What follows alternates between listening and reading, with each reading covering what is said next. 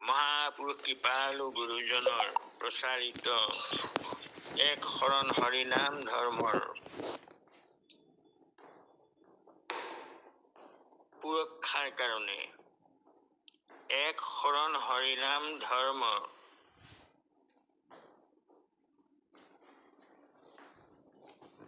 নাম প্ৰকাশৰ কাৰণে প্ৰচাৰৰ কাৰণে আৰু যুক্তিৰ সহকাৰে ভাগৱতৰ বিভিন্ন ভাগৱত প্ৰভু ভগৱন্তৰ গুণ লীলা প্ৰকাশক শাস্ত্ৰ আৰু সেই গুণ লীলাৰ ওপৰত ভিত্তি কৰিয়ে মহাপুৰুষে এক শৰণ হৰিনাম ধৰ্ম প্ৰচাৰ কৰিলে। হৰিনাম গুপ্ত হৈ আছিলে আৰু মহাপুৰুষ কৃপালু গুৰুজন আহি সেই গুপুত হৈ থকা হৰিনাম ধৰ্ম বিদিত কৰিলে। কৃষ্ণ সূৰ্য উদিত হৈ লীলা অৱতাৰৰ দ্বাৰা লীলা অৱতাৰ প্ৰকাশ কৰিলে আৰু সেই গুণ লীলা আহি পোৱাৰ লগে লগে কৰ্ম মাৰ্গ আৰু জ্ঞান মাৰ্গৰ বিধি বিধানবোৰ আঁতৰ হৈ গ'ল। ঢাকি থোৱা আছিলে নাম ধৰ্ম নানা পূজাৰ দ্বাৰা, নানা দেৱ দেৱীৰ পূজাৰ দ্বাৰা। ভগৱন্ত কৃষ্ণদেৱ অৱতাৰ হৈয়ে 7 বছৰ বয়সতে তেওঁ সেই কামটোকেই কৰিলে যে ঢাকনটো উদঙাই দিলে। কিহে ঢাকিছিলে? নানা দেৱ দেৱতাৰ পূজা পাতলেৰে। গতিকে দেৱতাৰ ৰজাজন ইন্দ্ৰকে প্ৰথমে 7 বছৰ বয়সতে এয়া মহিমা দেখুৱাই দিলে যে 7 বছৰ বয়সতে দেৱতাৰ ৰজাজনকে পূজাৰ গাদীৰ পৰা আঁতৰাই দিলে মখ ভংগৰ দ্বাৰা আৰু দি সেই নাম ধৰ্ম প্ৰতিষ্ঠা কৰিলে। এতিয়া এটা বস্তু আঁতৰাই কিবা এটা থব লাগিব, যে থলে কি? এৰিলা পৃথিৱী কৃষ্ণে ধৰ্ম জ্ঞানলৈ গৈলা বৈকুণ্ঠক ঐত গুণনামত হৈ। আৰু সেই গুণনাম প্ৰচাৰ কৰিলে গুৰুজনে আৰু বাকীবোৰ ভগৱন্ত কৃষ্ণই লৈয়ে গ'ল। বৈকুণ্ঠ পয়ানৰ লগে লগে থৈ গৈছিলে নাম ধৰ্ম। তাকেই পুনৰ কৰ্ম মাৰ্গই কৰ্মকাণ্ড আৰু জ্ঞানকাণ্ডই ভগৱন্ত কৃষ্ণই প্ৰকাশ কৰি থৈ যোৱা সেই নাম ধৰ্ম পুনৰ গুপুত হ'ল আৰু মহাপুৰুষ কৃপালু গুৰুজনে কৃষ্ণ অংশে আহি অৱতাৰ হৈ সেই নাম ধৰ্ম প্ৰচাৰ কৰিলে। নামৰ সমৰ্থনৰ কাৰণে তেৰাই নানা শাস্ত্ৰ আখ্যান উপাখ্যান নামৰ মহিমা প্ৰকাশৰ কাৰণে ৰচনা কৰিলে। দেৱ দেৱতাৰ পূজা সেৱা প্ৰথমেই তেওঁ কলমত হৰিচন্দ্ৰ উপাখ্যান লিখিছে আৰু লিখিয়ে তাত পূজাৰ প্ৰথম দেৱতাজন আছিলে গণেশ আৰু সেই গণেশক পূজা নিদি হৰিচন্দ্ৰৰ দ্বাৰা উপাখ্যানত সেয়া কথা লিখিছে। গতিকে সেয়া উফৰাই দিলে আৰু পণ্ডিত বৰ্গক তাৰমানে বুজিবৰ কাৰণে তেওঁ শ্লোক আৰু সংস্কৃততে এভাগী শাস্ত্ৰ লিখি থৈ গ'ল। কিহৰ শাস্ত্ৰ? তেওঁ প্ৰচাৰিত নাম ধৰ্মৰ মানে কীৰ্তন, শ্ৰৱণ কীৰ্তন অৰ্চন বন্দন গোটেই কেনেকৈ প্ৰভু ভগৱন্তৰ তাৰমানে গুণনাম কেনেকৈ প্ৰতিষ্ঠা হ'ব, কেনেকৈ ভকতে সেয়া লাভ কৰিব, সেই গোটেই কথাখিনি প্ৰমাণ কৰিবৰ কাৰণে শ্লোক সংস্কৃত শ্লোকত তাৰমানে এভাগেই মাত্ৰ শাস্ত্ৰ লিখিছিলে আৰু বাকীবোৰতো আৰু সেয়া উপাখ্যান, ভক্তি প্ৰদীপ, আপোনাৰ নিমিল অৱসিদ্ধ সংবাদ, আৰু আটাইতকৈ ডাঙৰ কথা যে সেই নাট, গীত মাত, গীতৰ দ্বাৰা, নাটৰ দ্বাৰা সেই নাম ধৰ্মৰ সমৰ্থক শাস্ত্ৰ সমৰ্থন কৰি নাম ধৰ্মৰ প্ৰভাৱ দেখুৱাই সেই নাট ৰচনা কৰিলে। আৰু এই সংস্কৃতত লিখা ভক্তি ৰত্নাকৰ পুথিভাগত আমি এতিয়া পঢ়ি আহিছোঁ। ৰামচন্দ্ৰ ঠাকুৰে তাক ভাঙনি কৰি থৈছিলে যে হৰি কীৰ্তন মাহাত্ম্য আমি পঢ়ি আছোঁ, আৰু সেয়া ভাগৱতৰ বিভিন্ন স্কন্ধত কেনেকৈ আছে মাহাত্ম্য, সেয়া আমাক দেখুৱাই থৈ গৈ আছে। এতিয়া ক'লে যে ষষ্ঠ কৃষ্ণ যমে, তাৰমানে সেইটো ষষ্ঠ স্কন্ধত যম আৰু যমদূতবোৰৰ মাজৰ কথোপকথনত তাৰমানে নামৰ মাহাত্ম্য প্ৰকাশ পাইছিলে, অজামিলৰ কথাখিনি কৈছিলে। আৰু এতিয়া শুনিও পুনো তাতে দ্বিতীয় অধ্যায়ত সেই ষষ্ঠ স্কন্ধৰ তাৰমানে দ্বিতীয় অধ্যায়ত আছে কীৰ্তন মাহাত্ম্য আছে। কোনে কৈছে? শুকৰ বচন পৰীক্ষিতৰ আগত। পৰীক্ষিতৰ আগত শুকদেৱে কৈছে, উপসংহৰীয়া অজামিল প্ৰকৰণ কৰন্ত নামৰ মহা মহিমা বৰ্ণন। যে সেই অজামিল উপাখ্যানত নাৰায়ণ নামৰ লৈ অজামিল যে উদ্ধাৰ হ'ল, সেই প্ৰমাণটো শেষ কৰি কৈ তাৰপিছত এতিয়া শুকদেৱে পৰীক্ষিতৰ আগত কীৰ্তন মাহাত্ম্য কেনেকৈ বৰ্ণনা কৰিছে সেই কথাখিনি আমাক ক'ব। আৰু শুকৰ বচন পৰীক্ষিতৰ আগত উপসংহৰীয়া অজামিল প্ৰকৰণ, তাৰমানে অজামিলৰ অধ্যায়টোৰ পৰা অনাখিনি শেষ কৰি শুকদেৱে আকৌ কি কৈছে সেয়া ক'ব। কৃষ্ণ কৃষ্ণ হ'ব। কৃষ্ণ অজামিল দিছে পূৰ্ব ধৰ্ম বিনাশিল, কৰি গৰিত কৰ্ম পাতক সঞ্চিল।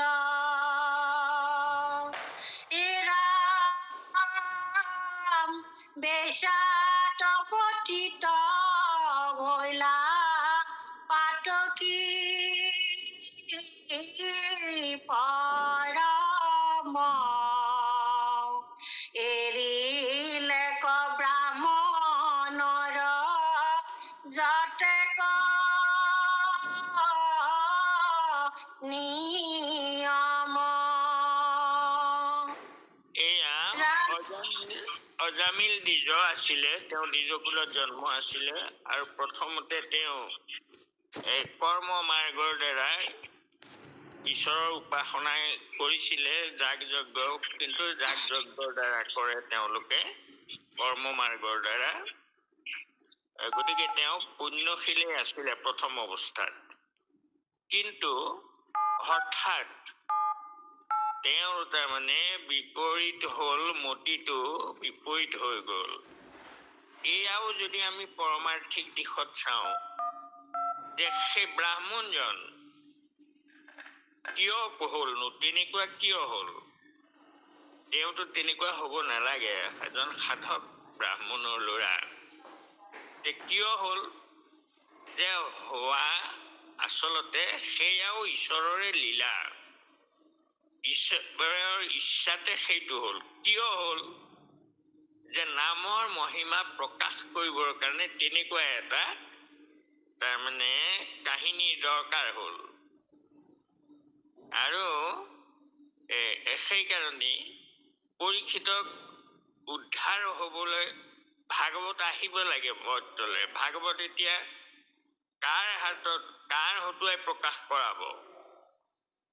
ভগৱন্ত কৃষ্ণই কৈ থৈছে নিজে যে মই মৎস্য কুৰ্ম আদি মই নানা ৰূপ ধৰো, ভকতে যিমত বাঞ্ছে হৈ কৰ্ম কৰোঁ, মোৰ জন্ম কৰ্ম গাই নিষ্ঠৰে সংসাৰ, এই কাৰণে মই ধৰো অৱতাৰ। গতিকে এতিয়া সেইকাৰণে তেওঁ অৱতাৰ ধৰে। তেওঁ গুণ লীলা তেওঁ নাই, জন্ম নাই, কিন্তু তথাপি জন্ম ধৰে। কেলে ধৰে? নিৰ্গুণ হয় জীৱ সুহি গুণ গায়। এতিয়া গুণ থাকিলেহে গাব। গতিকে গুণ প্ৰকাশ কৰিবৰ কাৰণে ভগৱন্ত সগুণ হ'ল, সাকাৰ হ'ল, আৰু সেই লীলা শাস্ত্ৰ লিখা হ'ল। এতিয়া সেই লীলা শাস্ত্ৰ প্ৰমাণ কৰি পেলাই এতিয়া দিব লাগিব। এতিয়া কাক ব্যাসে ৰচনা কৰিলে, ৰচনা কৰি শুকদেৱক পঢ়ুৱালে, পঢ়ুৱাই থৈ দিলে, কৈ দিলে যে তুমি উপযুক্ত পাত্ৰত, কাৰণ মানুহক প্ৰমাণ দিব লাগিব নহয়, প্ৰমাণটো কৰিলেহে মানুহে বিশ্বাস কৰিব। গতিকে প্ৰমাণটো কাৰ হতুৱাই কৰাব? গতিকে সেইটো ঈশ্বৰৰ ইচ্ছা। পৰীক্ষিতৰ নিচিনা এজন ভগৱন্তৰ নিজৰ বংশধৰ পৰীক্ষিত, তাৰমানে সুভদ্ৰাৰ পুতেক,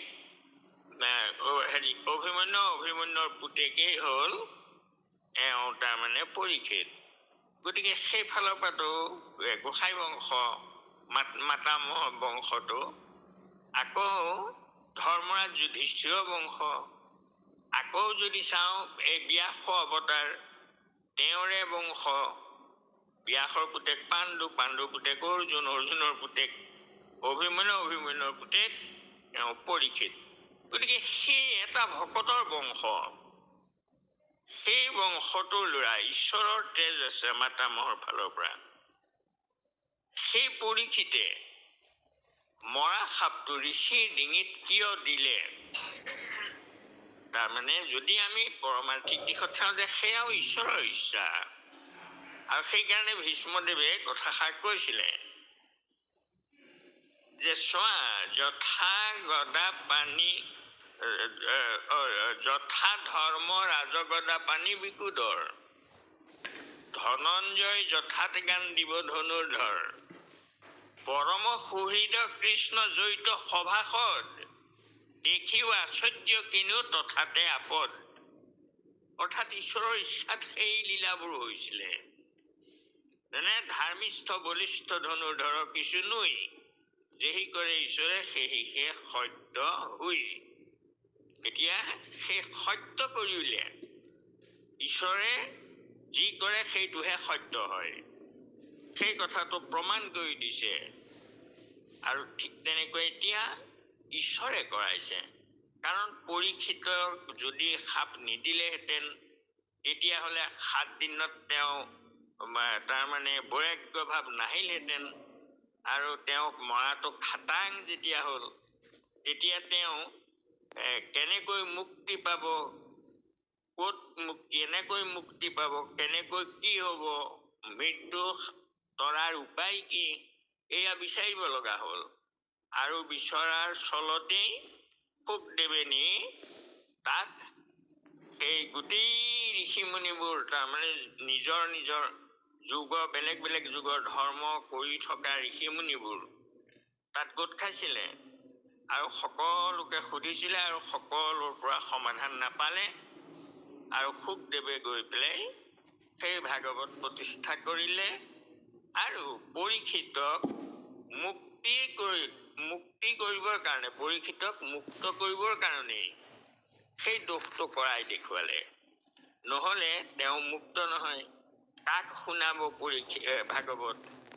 কোন মুক্ত হ'ব লাগিব? মুক্ত হোৱাৰ পিছত মানুহে প্ৰমাণ পাব, তেতিয়াহে। গতিকে এইবোৰ চব ঈশ্বৰৰ ইচ্ছা। গতিকে এই অজামিলৰ দৰকাৰ হ'ল। এজন মহাপাপীক উদ্ধাৰ কৰিবৰ কাৰণে, নামৰ মহিমা প্ৰকাশ কৰিবৰ কাৰণে। গতিকে আমি পৰমাৰ্থিক দিশত সেই কথাটো ধৰি ল'ব পাৰোঁ যে অজামিল দ্বিজে পূৰ্ব ধৰ্ম বিনাশিল, আগত যিবোৰ ধৰ্ম কৰিছিলে এইবোৰ নাশ হৈ গ'ল।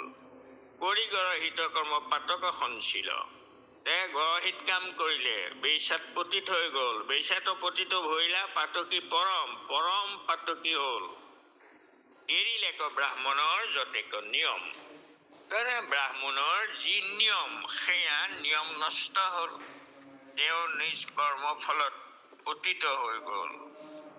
কৃষ্ণ কৃষ্ণ কৃষ্ণ কৃষ্ণ। যম দূতে নেই পেলাই বাকন ৰকত, উচৰিলে মাত্ৰ কৃষ্ণ নাম মুখত। এতে কতে সৈতে সিটো বৈলন্ত মুকুত, কিনো কৃষ্ণ নামৰ মহিমায় ভূত। ইয়াই এই ব্ৰাহ্মণৰ নিয়ম এৰি দিলে, এৰি দি তেওঁ পতিত হ'ল। আৰু সেই পতিতজনক যমদূতে পেলাই বাক নৰকত, যাতনা দেহত ভৰাই লৈছিলে, নৰকত পেলাও। তেনেকুৱাতে উচ্চাৰিল মাত্ৰ কৃষ্ণ নামৰ মুখত, সেই ভগৱন্ত কৃষ্ণৰ নাম, নাৰায়ণ নাম তেওঁ উচ্চাৰণ কৰি দিলে। আৰু দিয়াৰ লগে এতেকতে সত্য ইটো ভৈলন্ত মুকুত, কিনো কৃষ্ণ নামৰ মহিমা অদ্ভুত। সেই ভগৱন্ত কৃষ্ণৰ নামৰ মহিমা এনেকুৱা যে তেওঁ মহাপাপীয়েও তাকো আকৌ লওঁ বুলিও লোৱা নাই, তেওঁ পুতেককহে ডাকিছে। গতিকে নামৰ এনেই মাহাত্ম্য যে এইটো নজানিও আকৌ যদি কৰ কীৰ্তন, তাহাৰ সমুলি পাপ দহি কৰেচোন। নজানিয়ে হাত দিলে দহয় অগণি, এই মতে হৰিনাম ধৰ্ম শিৰোমণি। গতিকে সেই নাম ধৰ্ম শিৰোমণি, সেয়া প্ৰতিষ্ঠা কৰিবৰ কাৰণে এইদৰে নামৰ মহিমা, কীৰ্তনৰ মহিমা, শ্ৰৱণৰ মহিমা, এই গোটেই কথাখিনি গুৰুজনে পৰিষ্কাৰকৈ আমাক বিশ্বাস দিবৰ কাৰণে, সুদৃঢ় বিশ্বাসেই নহয়, দিবৰ কাৰণে গুৰুৱে কিমান চেষ্টা কৰিলে, কেনেকৈ আমাৰ সংশয়বোৰ দূৰ কৰিলে। প্ৰথম কলমটোত এজন ৰজাৰ দ্বাৰা দেখুৱাই দিলে, ঈশ্বৰৰ তাৰমানে হাজাৰ বিঘিনি থাকিলেও ভগৱন্তই তেওঁক ৰক্ষা কৰে, উদ্ধাৰ কৰে, কৃষ্ণ। আৰু তাৰপিছত এয়া তাৰমানে নামৰ কীৰ্তনৰ নামৰ মহিমা, তেওঁ প্ৰচাৰ কৰা ধৰ্মৰ নাম ধৰ্মটোৰ মহিমা প্ৰকাশ কৰিবৰ কাৰণে এই ভাগি অমূল্য গ্ৰন্থ তেৰাই সংস্কৃতত লিখিত হৈ গ'ল। এয়া অসমীয়াতে লিখিলেহেঁতেন, কিন্তু তেওঁৰ উদ্দেশ্য এইটো যে পণ্ডিতবোৰকো বুজাই দিব লাগে কথাখিনি। সেইকাৰণে গোটেই ভাগৱতৰ সাৰাংশ এনেকৈ তেওঁ লিখি থৈ গৈছিলে সংস্কৃতত। কৃষ্ণ এতিয়া এয়া অজামিলৰ দ্বাৰা এয়া প্ৰমাণ কৰিছে। কৃষ্ণ কৃষ্ণ।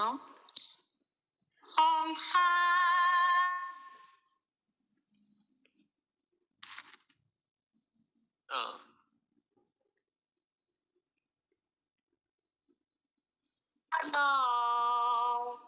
কৃষ্ণৰ নাম কহিতো পাৰো কীৰ্তন,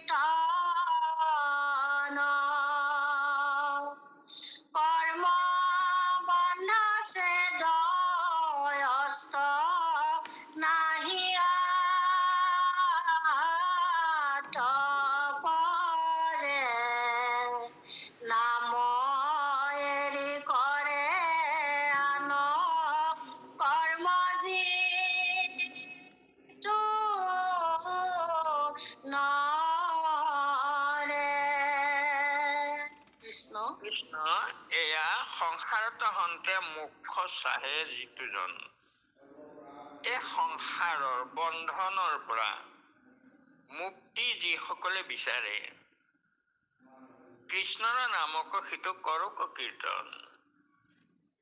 হয় সংসাৰৰ ভোগত থাকিব লাগিব, নহয় দেহৰ সুখত থাকিব লাগিব, নহয় আত্মাৰ সুখ ল'ব লাগিব। যিকোনো এটা সত্য অসত্য জড় চৈতন্য। এয়া দেহ সত্য, দেহ জড়, আত্মা সত্য, আত্মা চৈতন্য। তাৰ মাজতে মন থাকে আমাৰ।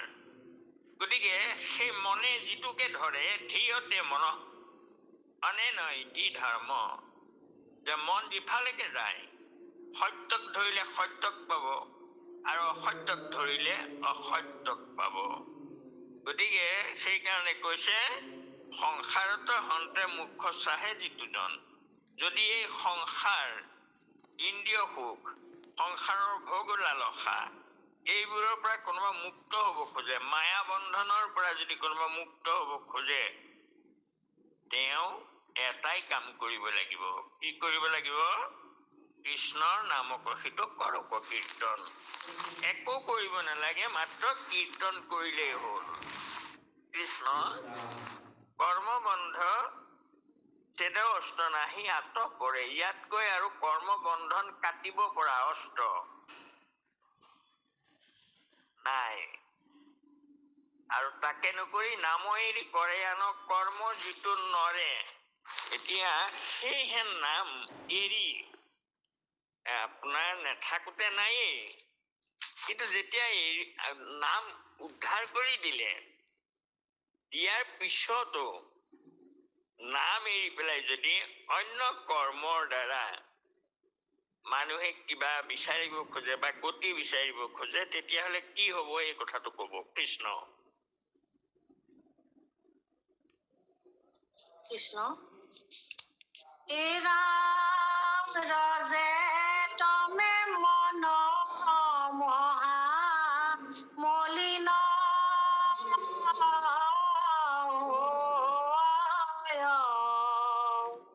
কদাচিতো সিটো সংসাৰ কন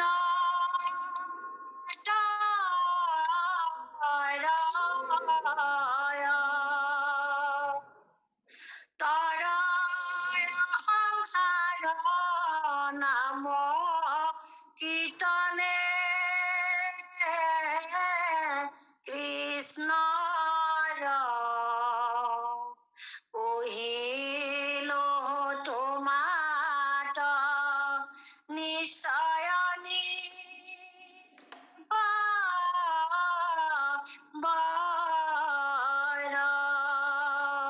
কৃষ্ণ। কৃষ্ণ এয়া তাৰমানে কৰ্ম মাৰ্গত কি হয়, আপোনাৰ এই ৰজগুণ তমগুণ এইবোৰ তাৰমানে তাত প্ৰকাশিত হয় আৰু হৈ পেলাই মনবোৰ মলিন হৈ যায়। যেনেকৈ এতিয়া সেই যাগ যজ্ঞত তাৰমানে ৰজগুণী হয় বস্তুবোৰ আৰু তমোগুণো লগ লাগে। সেই বিপ্ৰপত্নী প্ৰসাদত সেই যজ্ঞকাৰী সকলৰ কথাত তাৰ প্ৰমাণ হৈছে যে তেওঁলোকে ইমান ৰজগুণী যে তেওঁলোকে স্বয়ং ভগৱন্তই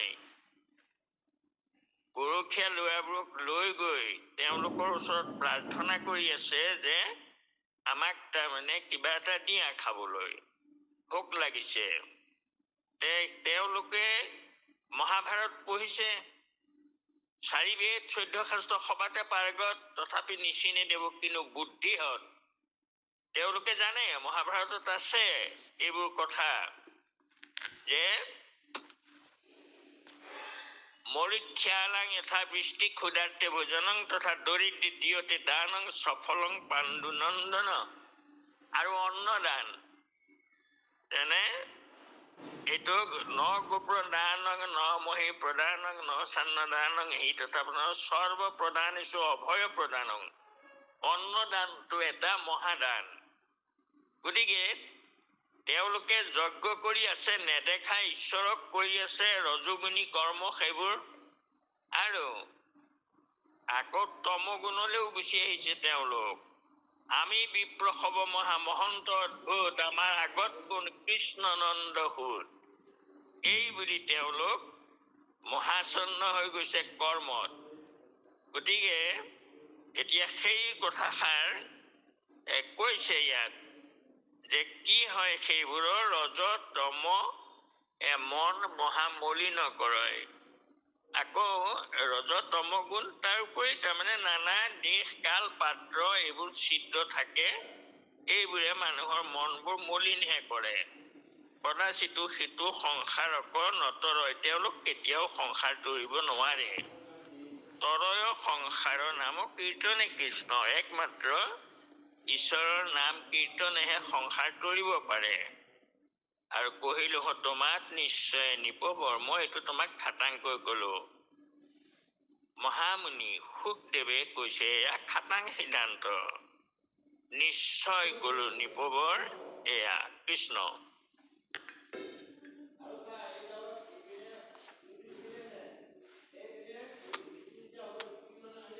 কৃষ্ণ কৃষ্ণ অজামিল সম পাপী নাহি সংসাৰত,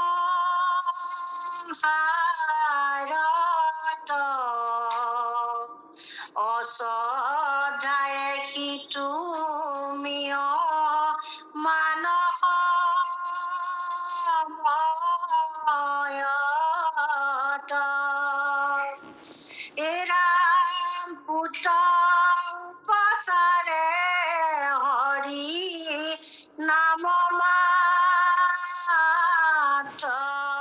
লৈল, তথাপি সংসাৰ তৰি বৈকুণ্ঠ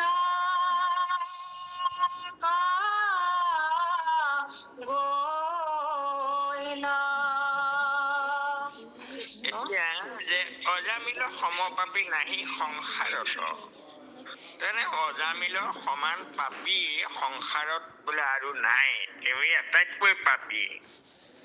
আৰু অশ্ৰদ্ধায়ে সিটো ম্ৰিয়মান সময়, ম্ৰিয়মান সময় মানে মৃত্যুৰ আগমুহূৰ্তত, মৃত্যুৰ দুৱাৰদলিত মানে থিয় দি অশ্ৰদ্ধায়ে কোনো শ্ৰদ্ধাৰে কৰা নাই, সেইটো ত্ৰাসত। আকৌ তাকো নামটো তাৰমানে পুতেককহে মাতিছে।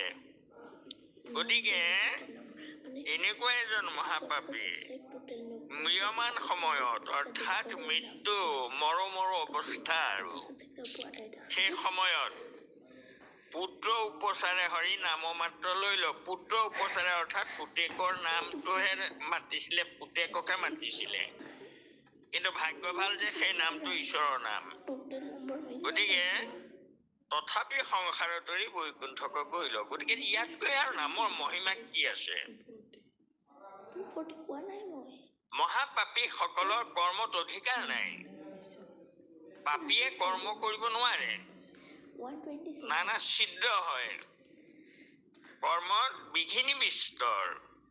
ভগৱন্ত কৃষ্ণই কৈ থৈছে, জ্ঞানে অসহায়, স্খলন হোৱাৰ ভয় থাকে জ্ঞান মাৰ্গত, আৰু কৰ্মত বিঘিনি বিস্তৰ, নানা বিঘিনি, দেশৰ বিচাৰ থাকে, কালৰ বিচাৰ থাকে, পাত্ৰৰ বিচাৰ থাকে, আকৌ মন্ত্ৰৰ বিচাৰ থাকে, আপোনাৰ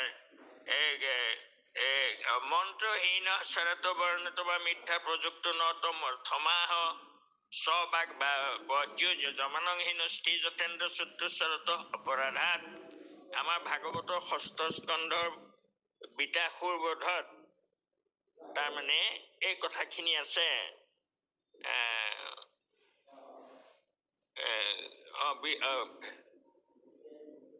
নহয়, এইটো হেৰি বিতাসুৰ বোধত আছে, প্ৰথম শ্লোক, কি কয়, প্ৰথম অধ্যায়তে আছে। মন্ত্ৰ স্বৰ বলহীন হৈ যদি অৰ্থলোভে প্ৰমাদত, ব্ৰাহ্মণৰ বাক্যে বজ্ৰ ৰূপ ধৰি যজমানক কৰে হত। যথেন্দ্ৰচোদ্ৰ অপৰাধাত বুলি কোৱা হৈছিলে কথাটো, যে ইন্দ্ৰচোদ্ৰ শব্দটো উচ্চাৰণ কৰাৰ অপৰাধতে, উচ্চাৰণটো শুদ্ধ নোহোৱাৰ অপৰাধত তাৰ হিতে বিপৰীত হ'ল, বিপৰীত অৰ্থ হ'ল। আৰু যিজনক মাৰিবলৈ যজ্ঞ কৰি আছিলে সেইজনেহে ওলটাই তাৰমানে ইজনক মাৰিলে। গতিকে সেই কথাটো তাত লিখা আছে। ইমান তাৰমানে কঠিন কৰ্ম মাৰ্গৰ। আৰু অপাত্ৰ, পাত্ৰৰ দোষ আছে তাত।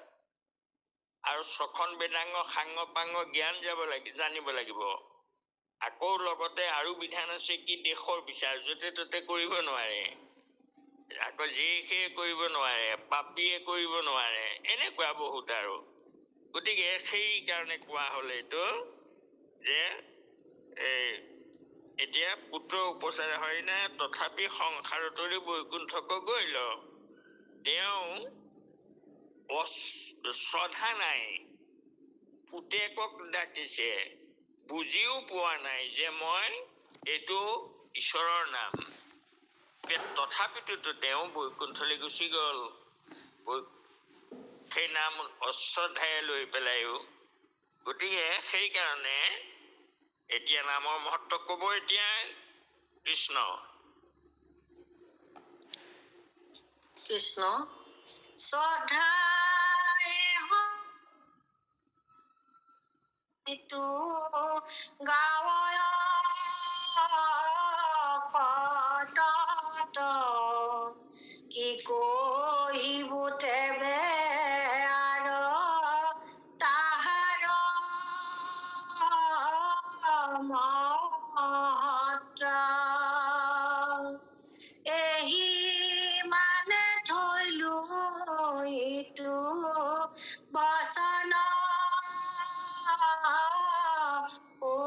কৰ, অদ্ভুত মহিমা কৈলো হৰি কীৰ্তন।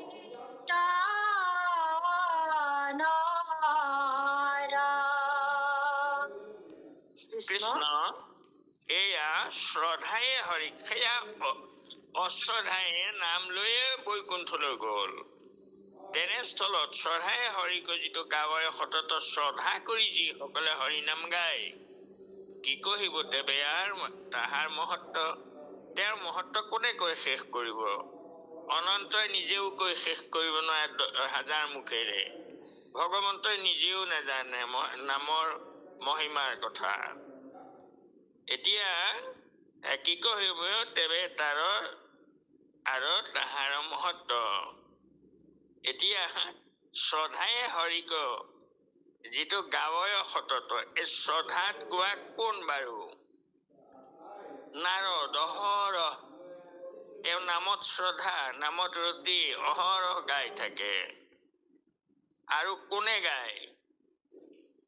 শ্ৰদ্ধাৰে নাম কোনে গায় ভকতৰ ভিতৰত?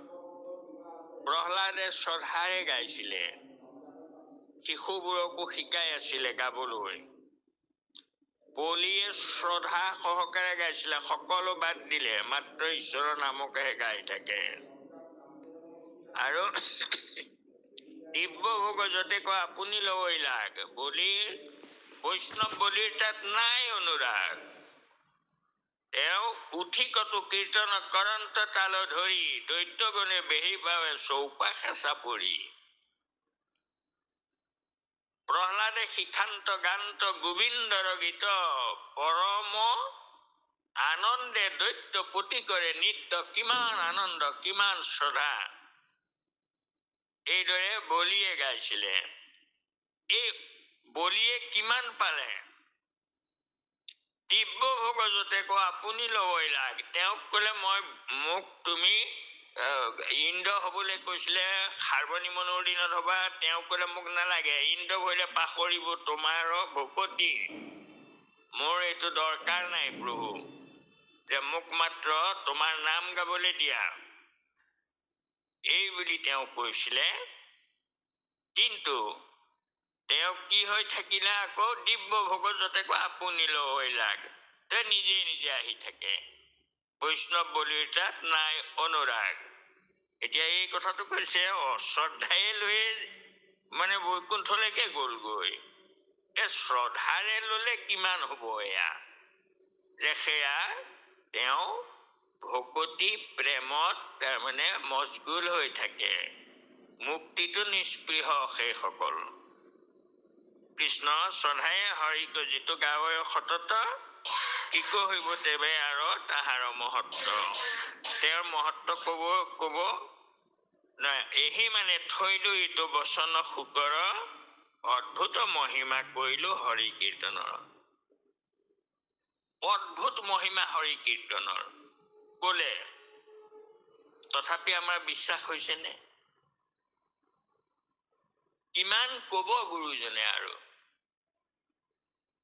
কিমান আমি গায়ো আছো, কিন্তু আমাৰ শ্ৰদ্ধা হৈছে নে নাই হোৱা, ডাঙৰ কথা এতিয়া এইটো।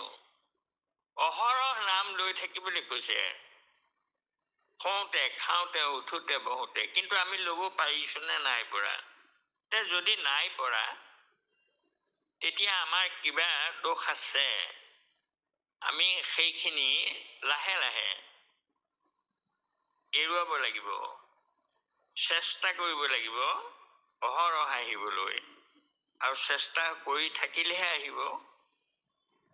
আমাৰ হৃদয়ত নামৰ ভাণ্ডাৰ তৈয়াৰ কৰিব লাগিব। ভঁৰালত বস্তু জমা কৰিলেহে সময়ত উলিয়াই খাব পাৰে।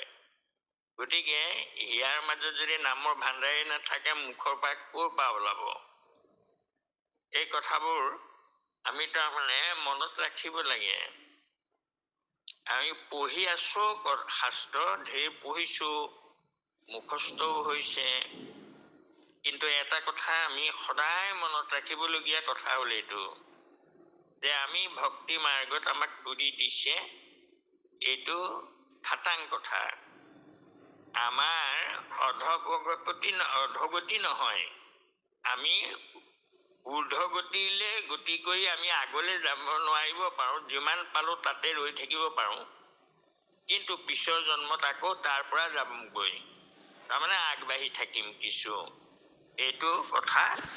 আৰু সেই কথাটো মই বাৰে বাৰে কওঁ ভকতক, যে আপোনালোকে এইটো সন্দেহ নকৰিব, আমি অধগতি নাযাওঁ আৰু খাটাং, আমাক তাৰমানে ঊৰ্ধ্বগতিলৈহে যামগৈ, সময় লাগিব আমাক। গতিকে এতিয়া আমি গৈ আছো, সকলো গৈ আছো, আৰু তাকে অলপ সময় লাগিব, লাগক আৰু। এক কোবতে নাপালে দুবাৰতো নাপাব পাৰো, নাৰদে পিছৰ জন্মতে পালে, নাপাইবা মোহক দেখা আৰু এই জন্মত বুলি কলে, আৰু কলে কিন্তু এটা ঔষধ দিলে। কি দিলে? মোৰ গুণ নাম মাত্ৰ কৰিবা কীৰ্তন, পাইবা আৰু জন্মত সদায় দৰ্শন। তোমাক এটা ঔষধ দিছো, আৰু কি দিলে? মোৰ নাম লৈ থাকিবা, অহা জন্মত পাবা। আৰু পিছৰ জন্মত নাৰদৰ কি হৈ গল? ইয়াত এখন ভাগৱতত প্ৰথমেই এই কথা কাহিনীটো কৈছে, তেওঁ নিজৰ জন্মৰ কথা। হাতে দিব বিনাজন্ত, মুখে ৰাম নাম, হৃদয়ত কৃষ্ণ মূৰ্তি স্ফূৰ্তি ও বিশ্ৰাম। ধাৰাই শ্ৰৱন্তে থাকে নয়নৰ নীৰ, সেয়া হৈ গল পিছৰ জন্মতে। গতিকে আমাৰ পিছৰ জন্মতে হব নোৱাৰে, আৰু লাগে আৰু যাওক, কিমান যাই যাওক, মাত্ৰ ভকতৰ সংগত আমি এইদৰে তেওঁৰ নাম লৈ থাকিবলৈ পালেই হব আমাৰ যথেষ্ট। আৰু তাকে যাতে নেপাহৰো, এইটো চেষ্টা আমি কৰিব লাগিব। কৃষ্ণ কৃষ্ণ যাওক কৃষ্ণ। উনাৰু সতী হয় ধায়দ কমত, উদৰ্শন বাক্য যেন কৃষ্ণৰ আগত, বুলন্ত কৃষ্ণ কতজু নাম যিটো জন, অকস্মাতে মুখে মাত্ৰ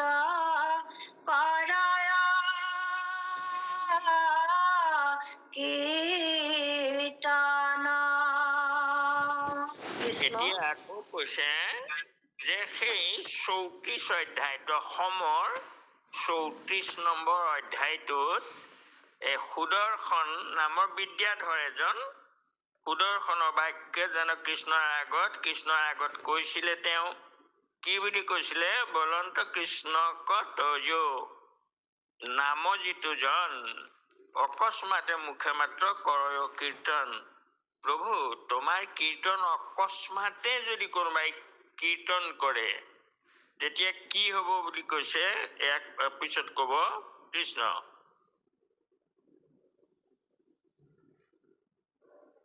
কৃষ্ণ এতে কতে সিটো মহা পবিত্ৰ হোৱায় পুনন্তা সবাকো সৈতে পবিত্ৰ কৰয় হেন হৰি চুইলে মোক চৰণ আগে হৈবো পবিত্ৰ মই কি কহিবে লাগে। এতিয়া সুদৰ্শনে কৈছে, এওঁ বিদ্যাধৰ, তেওঁ কৈছে যে অকস্মাতে যদি কোনোবাই ঈশ্বৰৰ নাম কীৰ্তন কৰে এতেকতে সিটো মহা পবিত্ৰ হয়। তেওঁ লগে লগে পবিত্ৰ হৈ যায়। অকস্মাত নাম ললেও পুনন্তা সবাকো সৈতে পবিত্ৰ কৰে। আকৌ তেওঁ নাম লোৱা শুনা সকলো পবিত্ৰ হৈ যায়। সেইজন ঈশ্বৰে মোক চৰণেৰে চুলে, গতিকে মই আৰু পবিত্ৰ যে হ'ম ইয়াত কি সন্দেহ আছে? এয়া তেওঁ নিজৰ জীৱনৰ কথা কৈছে। কৃষ্ণ এই কথাষাৰ বাপসকল, মই আকৌ মোক কি হ'ল জানো, আজি মই তাৰমানে ইমান মনত পেলাব খুজিছো, মনত পৰা নাইকিয়া। এই সুদৰ্শন বিদ্যাধৰৰ তাৰমানে কাহিনীটো কি আছিলে, মই এয়া আপোনালোকক আজি নকওঁ। মই তাৰমানে আমাৰ এই চিত্ৰ হাজৰিকা বাপ আৰু অজিত বৰা বাপ এইসকল আমাৰ লগত আছে বোধহয়। যদি তেখেতসকলে মনত আছে কাহিনীটো আপোনাক সবক কৈ দিব বুলি মই অনুৰোধ কৰিলো। মই পাহৰি থাকিলো, নহলে মই অহাবাৰ যেতিয়া ব্যাখ্যা কৰিম তেতিয়া মই ভাগৱতৰ পৰা আকৌ চাই পেলাই আপোনালোকক কৈ দিম বাৰু সুদৰ্শনৰ বিদ্যাধৰৰ কাহিনীটো। কৃষ্ণ তেওঁ মোক স্পৰ্শ কৰিলে মই বোলে, আৰু ইয়াৰ আৰু এই একোটে পহকাই মই হেৰি আৰু বিশেষ বেছিকৈ নকওঁ আৰু একোট পঢ়ি পেলাই দোহাই দিব। কৃষ্ণ কৃষ্ণ হেৰিটো কৈ দিলে মনত পৰিব নেকি, এই আপোনাৰ নন্দ আদি গোপসকলে যে হেৰিলে গৈছিলে সৰস্বতী নদীৰ তীৰত অম্বিকা দেৱী পূজা কৰিবলৈ, তেতিয়া অজগৰ ৰূপী এই সুদৰ্শনে মানে হেৰি কৰিছিলে নন্দক। হয় বৰুণৰ হেৰি, বৰুণতো নহয়, সুদৰ্শন বিদ্যাধৰক আংগিৰস ঋষিয়ে শাপ দিছিলে। বিদ্যাধৰে আংগিৰস ঋষিৰ কুৰূপটো দেখি তেওঁ মানে হাঁহিছিলে। হাঁহোতে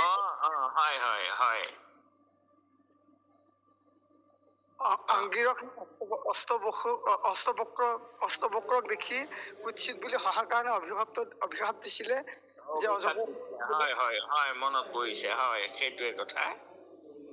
আৰু তেওঁ তাৰমানে সেই নন্দক ধৰিছিলে হেৰি কৰি থাকোতে, আৰু তেতিয়া তাৰমানে ভগৱন্তই গৈ তেওঁক চৰণে হেৰি লগাই দিলে গাত, আৰু তেতিয়া তেওঁ মুক্ত হৈ গুচি গল।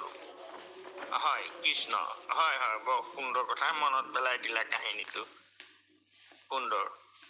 কৃষ্ণ আৰু এজনাই হেৰি কোৱা। কৃষ্ণ থৈলো এহি মানে বিদ্যা ধৰৰ বচন নামৰ মহিমা আৰু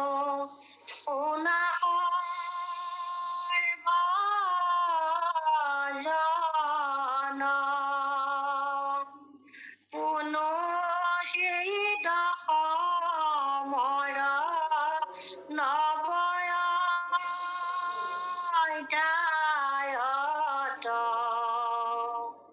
ৰাজা ককহন্ত ফুকে নামৰ মহত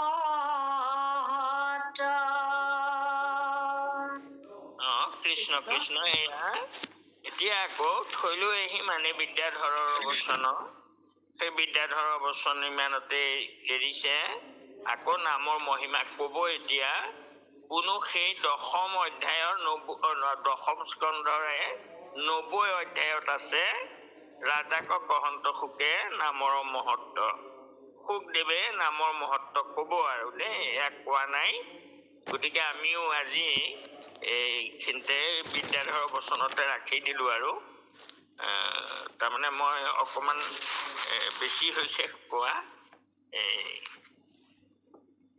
যে কি নহওক বা বান্ধৱ আই সমস্ত ইমান ভাল পালো আমাৰ প্ৰণামী আই আৰু আমাৰ এয়া হেৰি যে কোচ বাপ নে কি বাৰু হয় দেউতা হয় কৃষ্ণ আমি আপোনাৰ ভজনত সেৱা কৰিছো কৃষ্ণ হয় হয় মই মাতটোত তাৰমানে ধৰিব পাৰিছো এয়া চাওকে মই আজিকালি তাৰমানে কি হৈছে কথাবোৰ পাহৰি যোৱা হৈছো হয় লাহে লাহে আৰু আমি এয়া জ্ঞান সন্ধানী সত্ৰ মই ইয়াত প্ৰতিষ্ঠা কৰোঁতেই কৈছিলো কোনেও ক'ব নোৱাৰে যে মই চব কথা জানো হয় গতিকে আমি সকলোৱে মিলি জুলি জ্ঞানৰ অন্বেষণ কৰিছো ইয়াত গতিকে ইয়াত আৰু মই জনা মইহে জানো এনেকুৱা ভাৱ কাৰো থাকিব নালাগে আৰু নাজানে কোনেনো জানিব পাৰে চব কথা বাৰু গতিকে সেইকাৰণে আমি সকলোৱে মই আশীৰ্বাদ কৰিছো ধন্যবাদ দিছো কথাষাৰ মনত পেলাই মই সোঁৱৰাই দিয়াৰ লগে লগে মনত পৰি গ'ল আৰু কাহিনীটো নহ'লে মই আকৌ পঢ়ি পেলাই কলোহেঁতেন পিছত গতিকে ভাল লাগিলে এয়া মহাপুৰুষ কৃপালু গুৰুজনে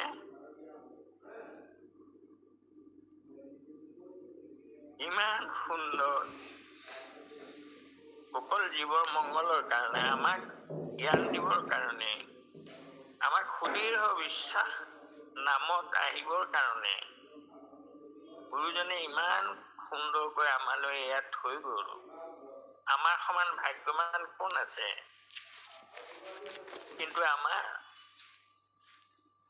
তথাপিতো আমি ইমান সুন্দৰকৈ হাততে ঠাউকতে পাইছো আমাৰ পঢ়িব নালাগে গোটেইবোৰ শাস্ত্ৰ 4 বেদ 14 শাস্ত্ৰ পঢ়াৰ দৰকাৰ নাই ইমান সহজ সৰলকৈ দি থৈ গৈছে তথাপিতো আমাৰতো ৰতি প্ৰীতি সুদৃঢ় বিশ্বাস সেয়া আমাৰ ৰতি প্ৰীতি হোৱা নাই অহৰহ আমি গায়ে আছো এয়া কথা পাতিয়ে আছো গুৰুজনে কৈয়ে আছে নিৰন্তৰে ঈশ্বৰৰ নাম লৈ থকা কিন্তু ল'ব পৰা নাই এইবোৰ কথাখিনি এতিয়া মই যদিও কৈছো গুৰুজনৰ যি আশা গুৰুজনৰ যি ভাৱ সেয়া আমাৰ নিচিনা মলমতীয়ে ক'ব নোৱাৰোৱেই কেনেকৈ কম হৃদয়ংগম কৰাব নোৱাৰো সকলোকে ইমান শক্তি নাই আৰু এইখিনি ক'বলৈ যাওঁতে যদি কোনোবাখিনি অপৰাধ হৈছে পাহৰণ সৰণো হৈছে আপোনাসৱে মৰিখন কৰিলে কৃপালু গুৰুৱে মৰিখন কৰো তাকে কৃষ্ণ কোটি কোটি ঘৰৰ অপৰাধনীতে কৰো মই গুৰাস হয় হে হৰি মোক দাস হেন মানি ক্ষমিও কৃপাময়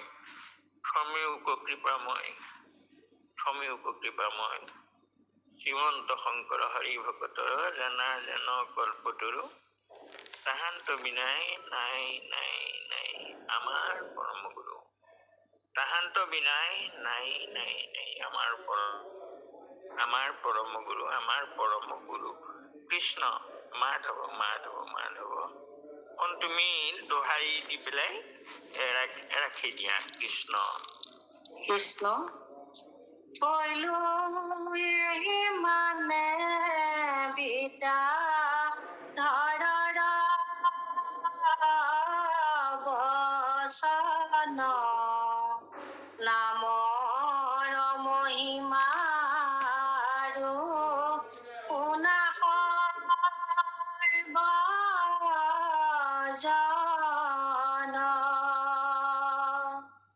কোনো সেই দশমৰ নৱয় অধ্যায়ত ৰাজা ককহন্ত পোকে নামৰ মহত্ৰ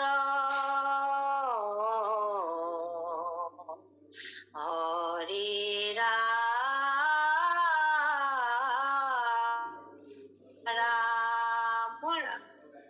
কৃষ্ণ জয় ৰাম জয় নাৰায়ণ জয় কৃষ্ণ জয় জগত গুৰু শ্ৰীমন্ত শংকৰ অ হৰি অ ৰাম কৃষ্ণ অপৰাধ বিনাশন তজু নাম নাৰায়ণ জানি নামে পহিলো শৰণে আনগতি নাহিকে মৰণে অপৰাধ ক্ষমা কৰি তুমি দয়াশীল হৰি মোক ৰক্ষা কৰি চৰণে ৰাম মোক ৰক্ষা কৰি চৰণে